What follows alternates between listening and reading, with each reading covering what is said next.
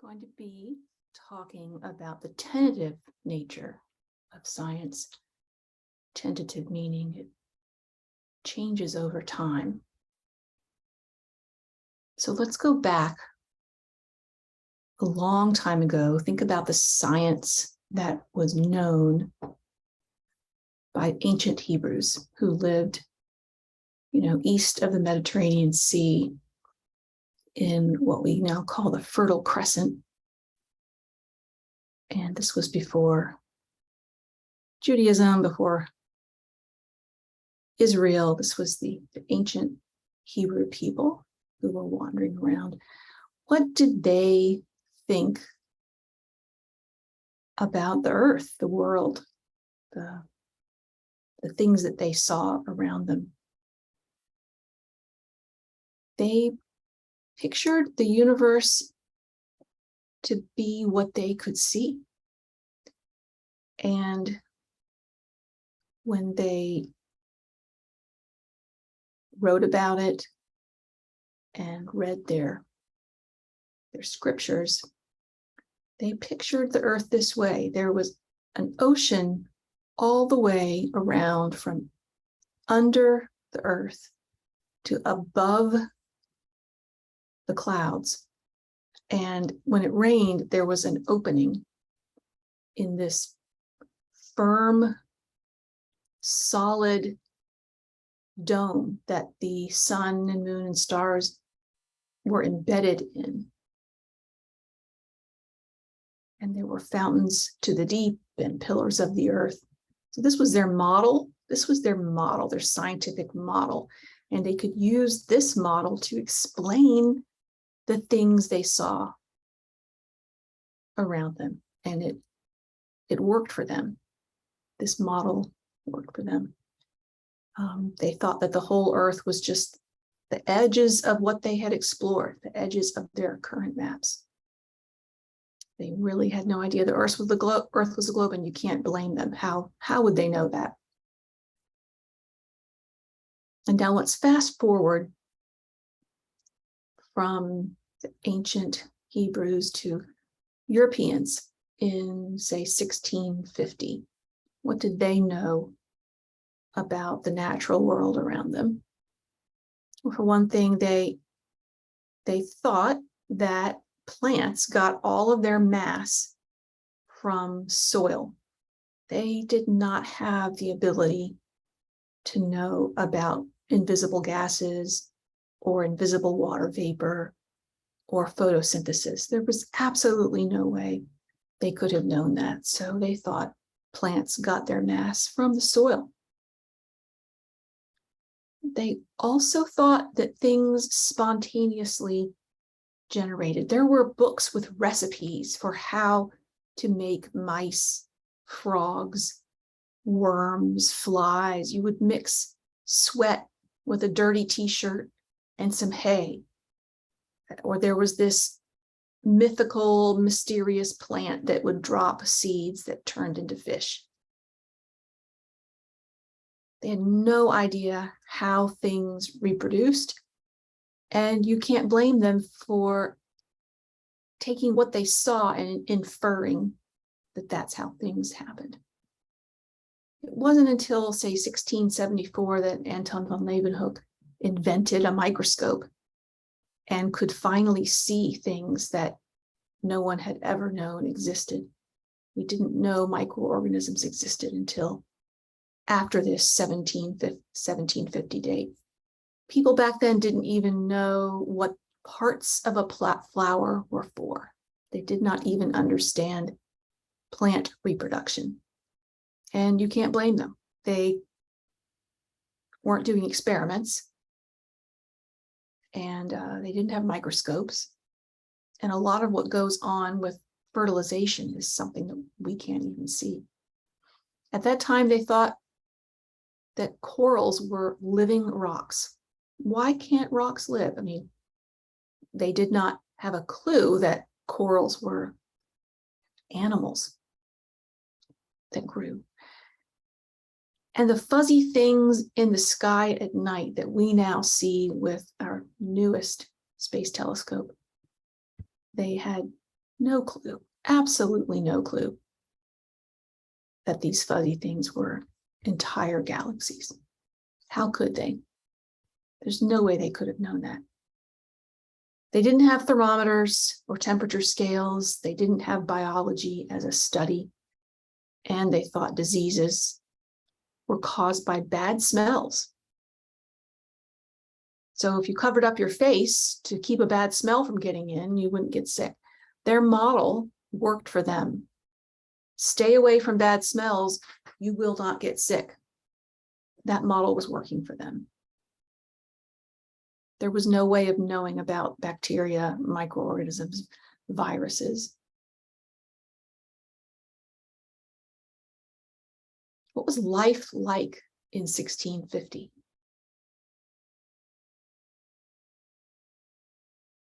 It was a world lit only by fire. There weren't even street lamps. It was a very dark world at night. Lots of disease.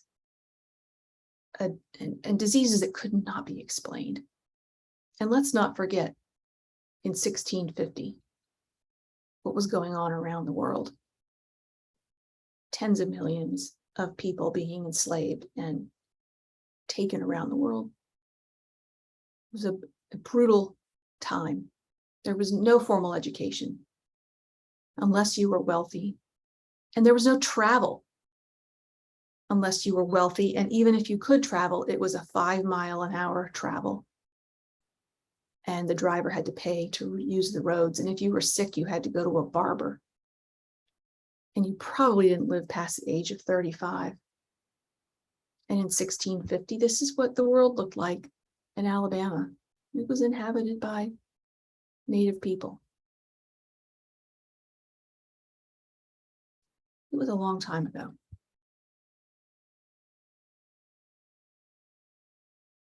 This guy, Thomas Hobbes, wrote in 1651, no arts, no letters, no society, and which is worst of all, continual fear and danger of violent death. In the life of man, solitary, poor, nasty, brutish, and short. It's a difficult world to live in, 1650. And science was sort of just being born at that time.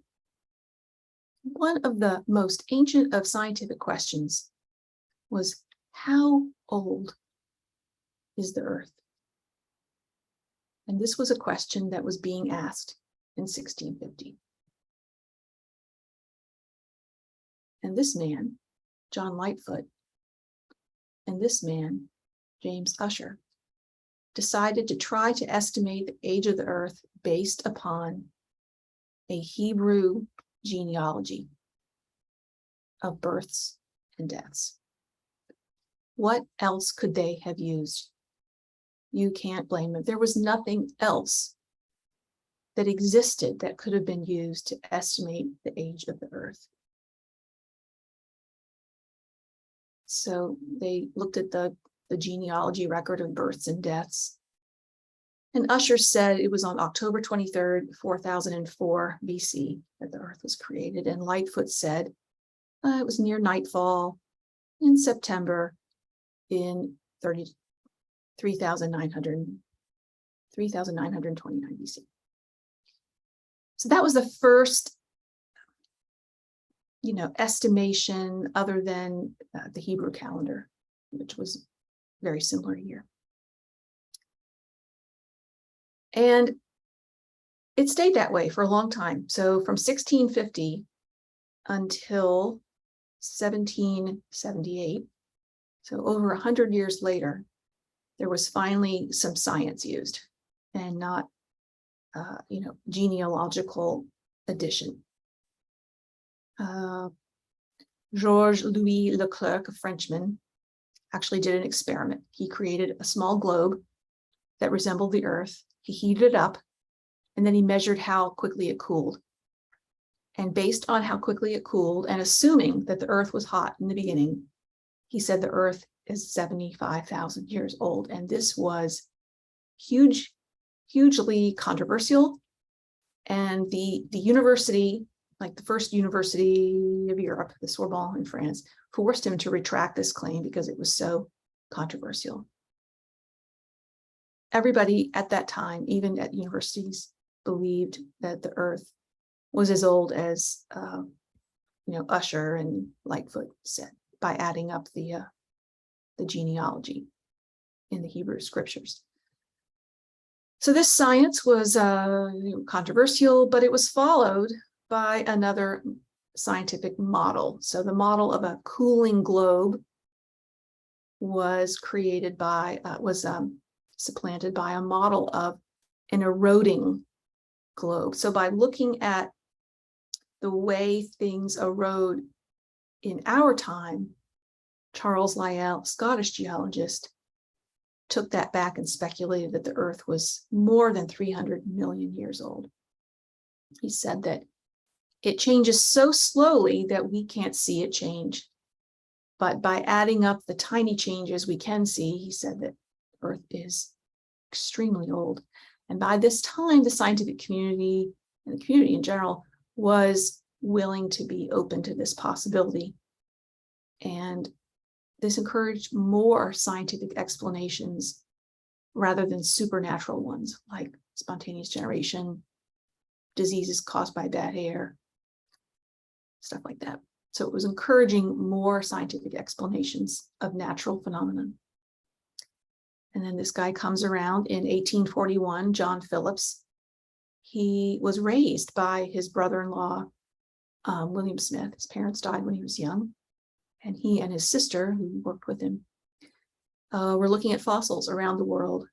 And by looking at the different layers of fossils and estimating the ages between these layers, he calculated the Earth to be 96 million years old. So his model was looking at layers of fossils, and he was testing that model by looking at more and more layers of fossils.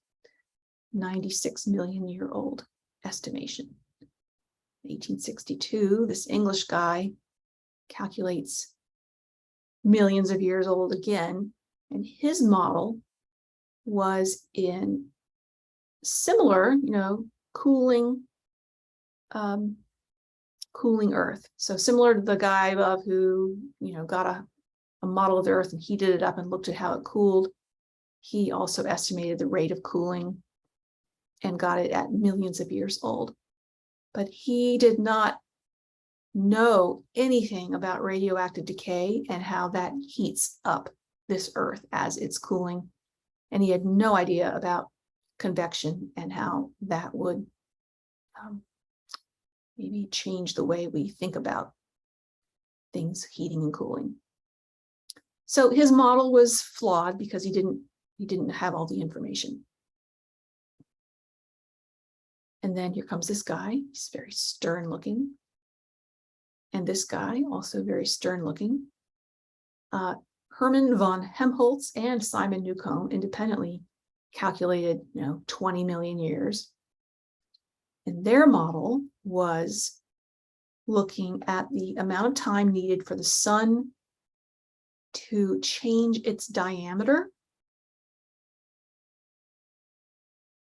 However, they only assumed the sun was glowing because of gravitational contraction. They had no idea that there was anything nuclear going on in the sun. Nobody did. So you can't blame them for their model not taking that into consideration. And then another model comes along. 1883, the son of Charles Darwin, one you've read about, he proposes 56 million years based upon tidal friction to slow the Earth. So his model was based on something completely different from the heating, cooling, eroding Earth. It was based upon the rotation of the Earth about its axis.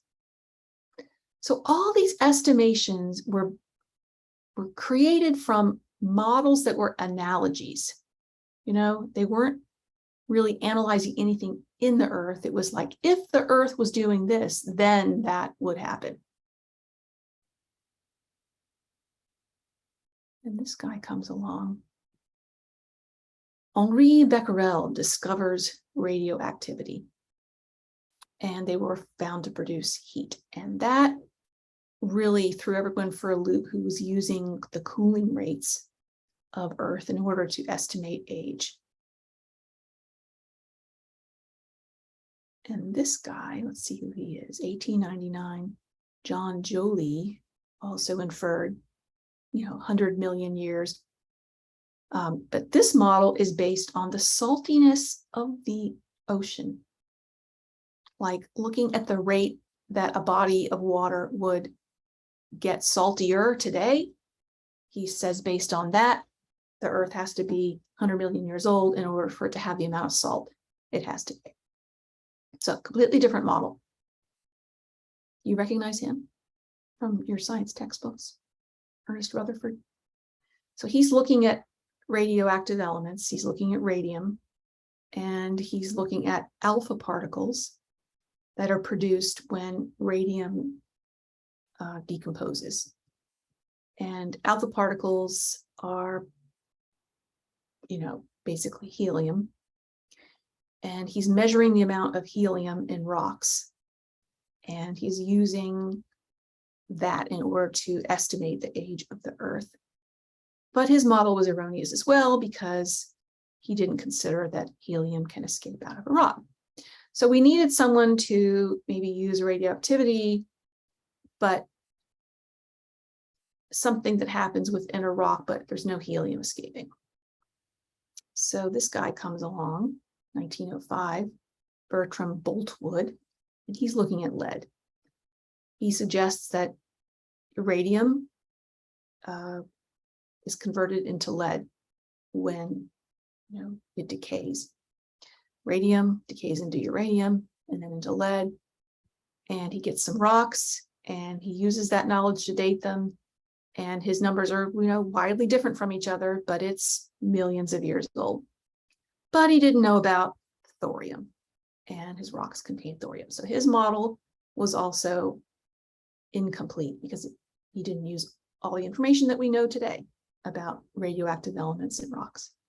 Look at this young, clean-shaven face. Arthur Holmes, he's studying galena, pure lead. I've got some in my office. And I don't understand what the heck he was doing, but he was like dating lead, dating galena, and he says it's 1 billion years old.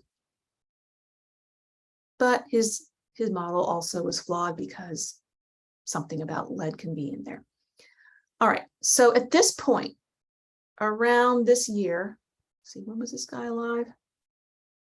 I didn't write it down, but it was around the year 1900.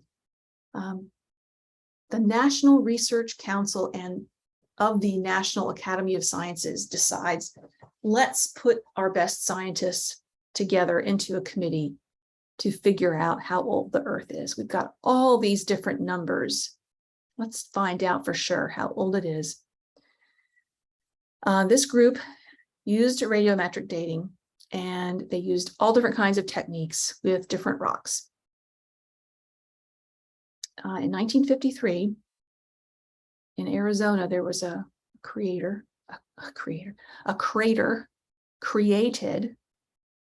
by a meteorite. Well, not in 1953, but it was discovered. It was a meteor canyon. And Claire Cameron Patterson, the guy above, he analyzed fragments of this crater and looked at the decay of radium into lead, and he estimates 4 to 5 billion years ago, this rock was created. And then we had, not that long ago, 40 years ago, we bring back rocks from the moon, and we use that uranium lead dating model on the zircon crystals in these rocks. Zircon crystals contain uranium, and the rocks that contain these zircon crystals were dated to be, again, between 4 and 5 billion years old. And then meteorites that came to Earth from the moon have also been dated with this technique, uranium to lead, to be 4.5 billion years old. And then the rocks from the moon were examined under electron microscopes, and they could see the tracks left behind from cosmic rays. These are not samples of the moon rocks. These were some other cosmic ray tracks that were seen. And I don't know how they did it, but there was some analysis of these cosmic ray tracks, and they also confirmed that same 4.5 billion year old date. Not sure how they did that. So back on this zirconium crystal model, there were some zircon crystals in Australia that this professor from University of Wisconsin studied. They also contain zircon, one of the oldest materials on Earth. These crystals are dated to be about 4.3 billion years old. So they used the uranium and thorium in these zircon crystals to date them. So this model of using uranium to lead has been shown to be very consistent in predicting, not really predicting, but in inferring an age of about 4.5 billion years old. But also there's some simple ways to figure out the age of the Earth. I mean, not really the whole age of the Earth, but you can look at tree rings in fossilized trees. Let's say that trees are fossilized in one area and they live and die and live and die and live and die. And you can kind of put these tree rings together and look at commonalities between them to match up the years. And you can take the trees in one area where there's a bunch of fossilized trees back 13,000 years. And if you do the same thing with ice layers in Antarctica, you can look at the seasonal change of 700,000 years. Like there's 700,000 different years represented in layers of ice if you drill down into Antarctica. And with lakes, like when winter comes and the lake cools and the different sediments fall down in the cooler water, you can look at these layers in a lake bottom and estimate like a 550,000 year old lake. So, the models that use uranium are dating our Earth to be, or the rocks in our Earth to be 4.5 billion years old. And that seems to be the most consistent model that we're using today. And whereas all the other models previous to that have had to be discarded because of flaws, and they were dating things to be, millions to billions of years old, scientists have settled upon this current model looking at how uranium degrades into lead and showing consistently a date of 4.5 billion years old. So what does this tell us about the nature of science? It tells me that science is done by people. It tells me that science it's tentative, it changes over time. It tells me that science uses models, constructed by people to explain phenomena, and then you test that model to see if it holds up, and if it doesn't, you discard that model. It shows me that science is creative. Different people come up with different ways to estimate the age of the Earth and create different kinds of models. Let's see, what else does it tell us about the nature of science? It's empirical. It uses data that you can find. It uses actual physical things you can measure. It also tells me that science does not follow a particular method. Lots of different methods can be used to analyze data we have available to us. However, 46% of Americans still think the Earth is less than 10,000 years old. They're back, that they're believing what we believed in 1650. And if you think that the Earth is less than 10,000 years old, you don't think anything happened before 10,000 years ago.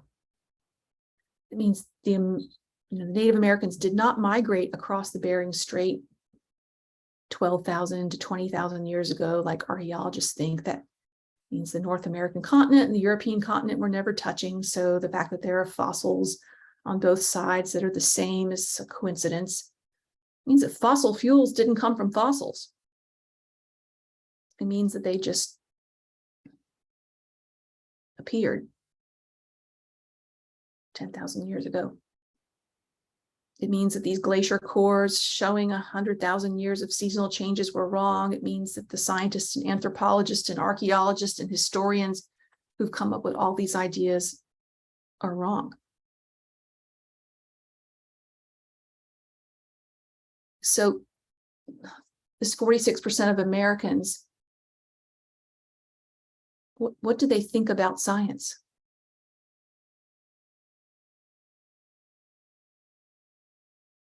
If they think so many people are wrong, maybe they just don't understand the nature of science. And you can go to this link to find sort of a timeline of prehistory. And I found this website, BioLogos, which has resources for people who don't want to have a conflict between science and religious beliefs, who want to know how to